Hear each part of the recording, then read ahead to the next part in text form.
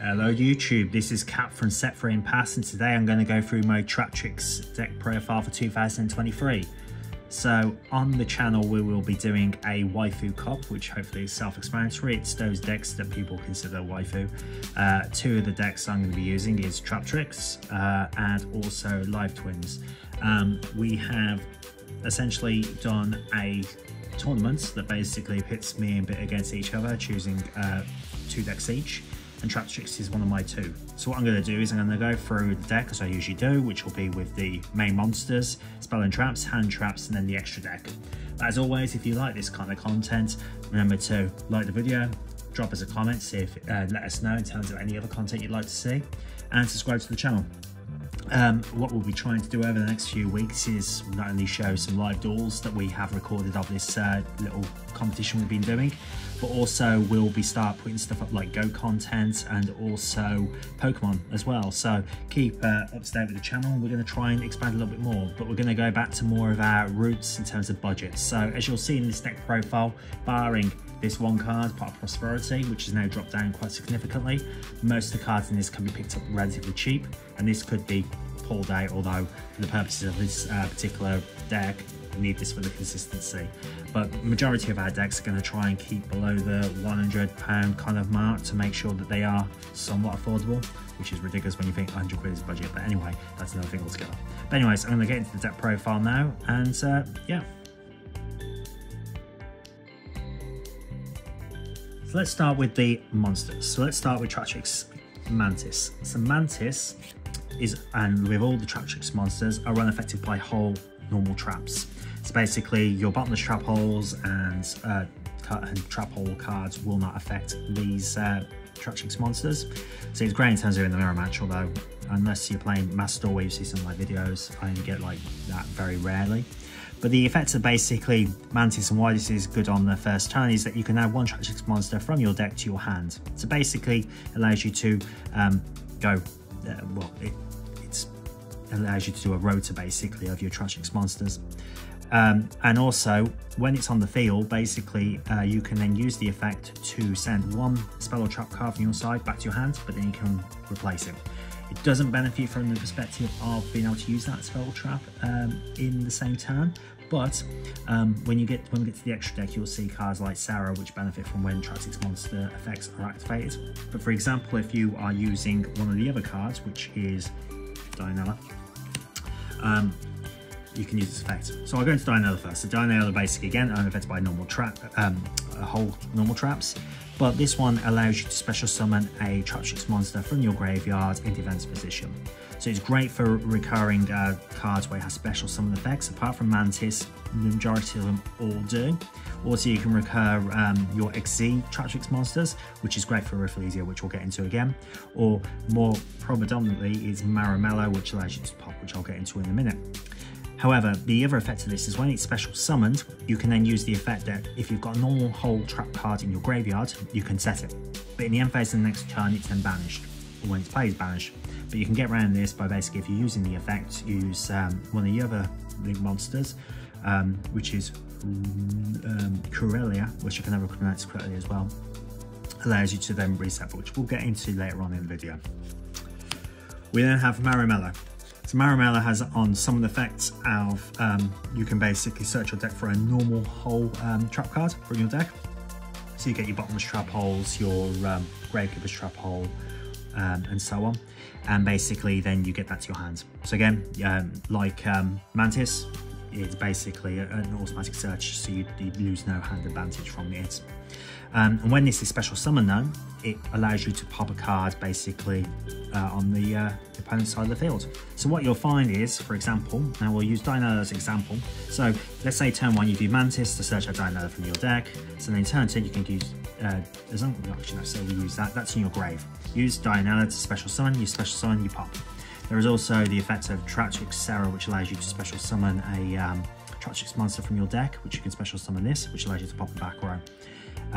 Which again, is great. It's also not once per turn, so yeah, you can use those as well. I use Traptrix. So Traptrix is not necessarily a necessity in any of the Traptrix decks, but again, I kind of like this because from the 1800 point of view, and then it allows you to use normal whole trap cards from your hand as if they were set on the field.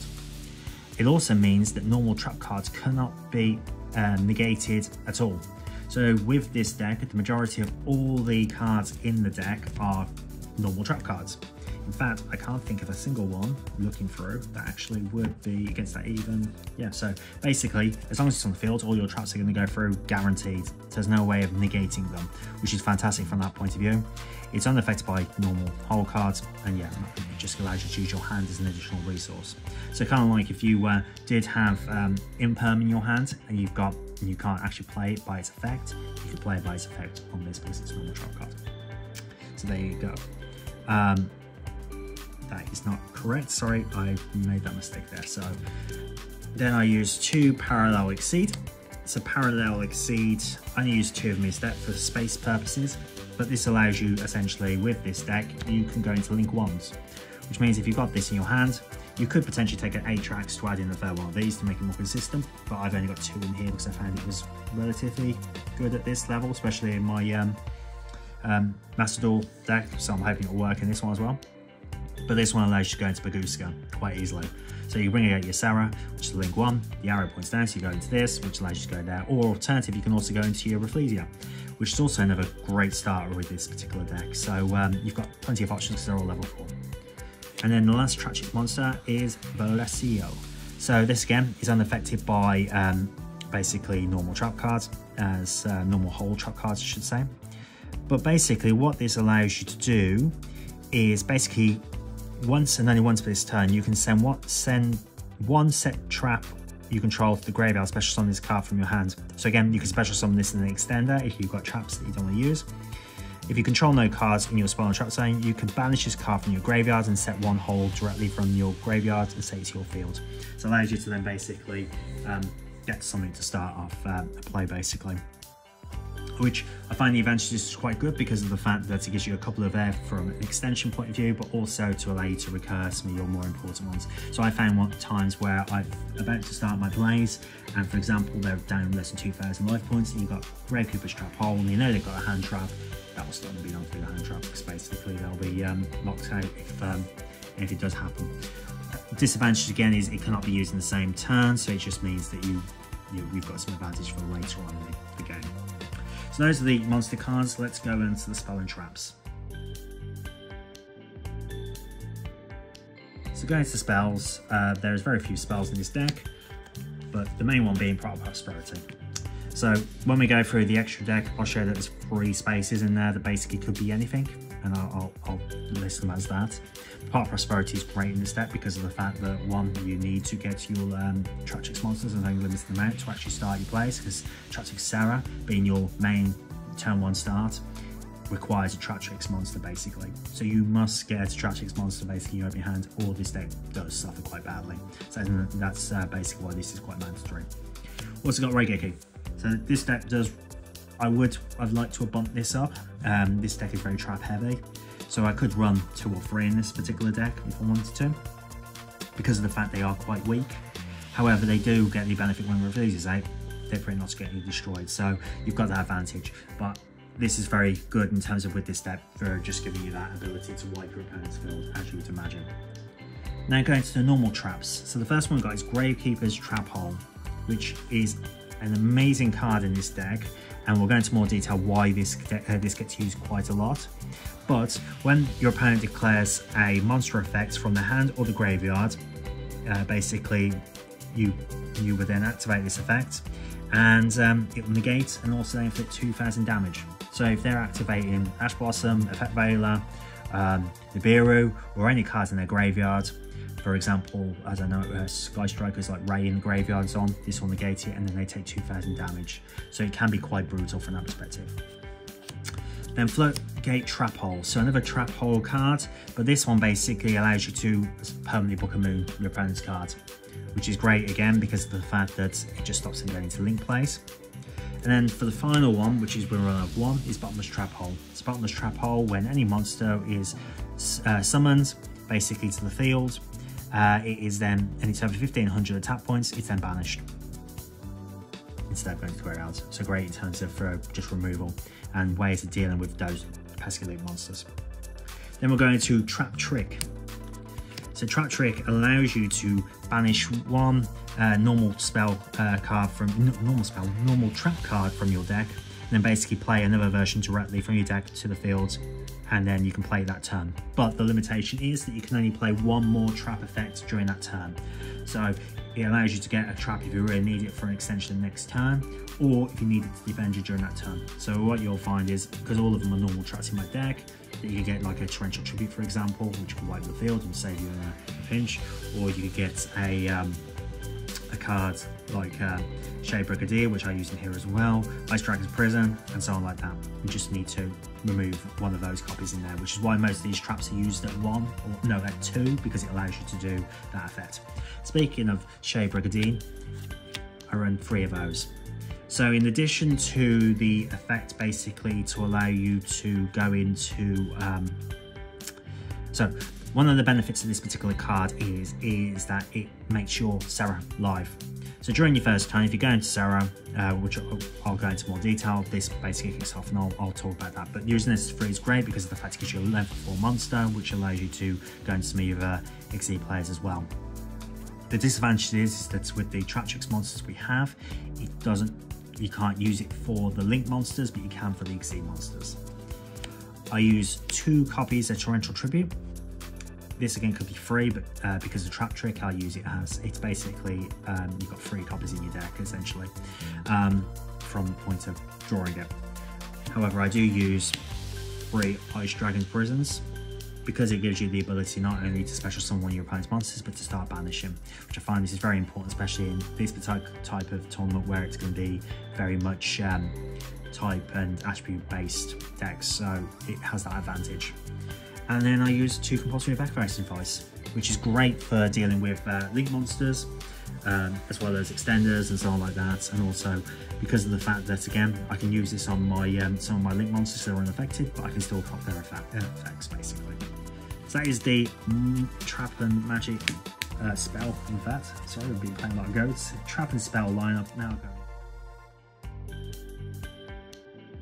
So the hand traps are on 2 Ash Blossoms, just because of space. But again, we all know what Ash Blossom does, and the same with Imperm. I run that's basically it. But because the deck itself is because we're playing it in a casual kind of format, it's not a competitive deck in the slightest. I'm hoping that the new structure deck will make it a little bit more competitive. It's fun, don't get me wrong, it's very enjoyable to play, but this deck does struggle quite badly against anything that has any kind of, well, I want to say win condition, but you could use this deck with a number of different strategies to make it very casual, but I can't imagine this being anywhere near the tier list anytime soon. But it is a very fun deck to use, and I would recommend it if you get the opportunity. But yeah, those are the hand traps that I use. Very self-explanatory. But Imperm is very good because of the fact it's a normal trap, which we'll get into why that's important in a second.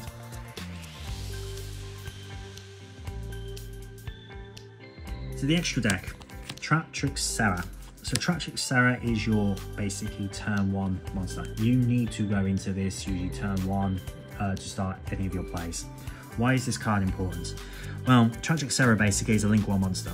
So again, you just need 1 Traptrix monster, which is amazing for this particular one, which is why I use this with Parallel XE to do other extensions, which is why you can potentially run out as 2 or 3. But again, it's unaffected by trap cards, which is basically not just like the other ones where it's normal. This is all trap cards, so if anyone uses a trap card against this, it's unaffected. So there's always an interesting one with this versus Skill Drain. If Skill Drain is out first, like Jinzo coming out first, if Skill Drain's out before Jinzo, this for example, I'll use Jinzo as an example because of the fact again I'm playing goats, can't use the effect of this. But if this is out on the field and they activate Skill Drain, this will become unaffected by it, in the same way the other, in some of the other Link monsters. So it's always good to know that. But the important thing about this, it has 2 effects. The first effect is when a trap card is activated, you can special summon a Traptrix monster from your deck. So that means when I use like Marimello, which is the one that can pop one of their back row, you bring that out. But then the second effect is then basically if a Traptrix monster effect is activated, you can add 1, you can set 1 whole normal trap card from your deck basically onto the field. which means in this particular scenario, let's take Shade Brigadier as an example. So Shade Brigadier basically has the effect that basically if there's another trust in your grave, you can then activate this. So you act on turn 1, you bring out Sarah. So then you use Shade Brigadier, which means you proc the effect of Traptrix Sarah because of the fact you've activated a trap card. You also then basically get the effect of having another monster on the field, but then that will activate to allow you to get like Marimello as an example to get on the field. Even if there's no traps or spells on their side of the field, its effect will activate. It'll just have no target, which means then you proc the second effect, which is basically you can then set a normal hole card from your deck to your field, which means then you can put like Bottomless Trap Hole, Gravekeeper's Trap Hole, and so on down, which allows you to get some advantage. Also use one Corellia, but in the moment I'll go through in the fact I do have 3 spaces, so I potentially would fit up to 2.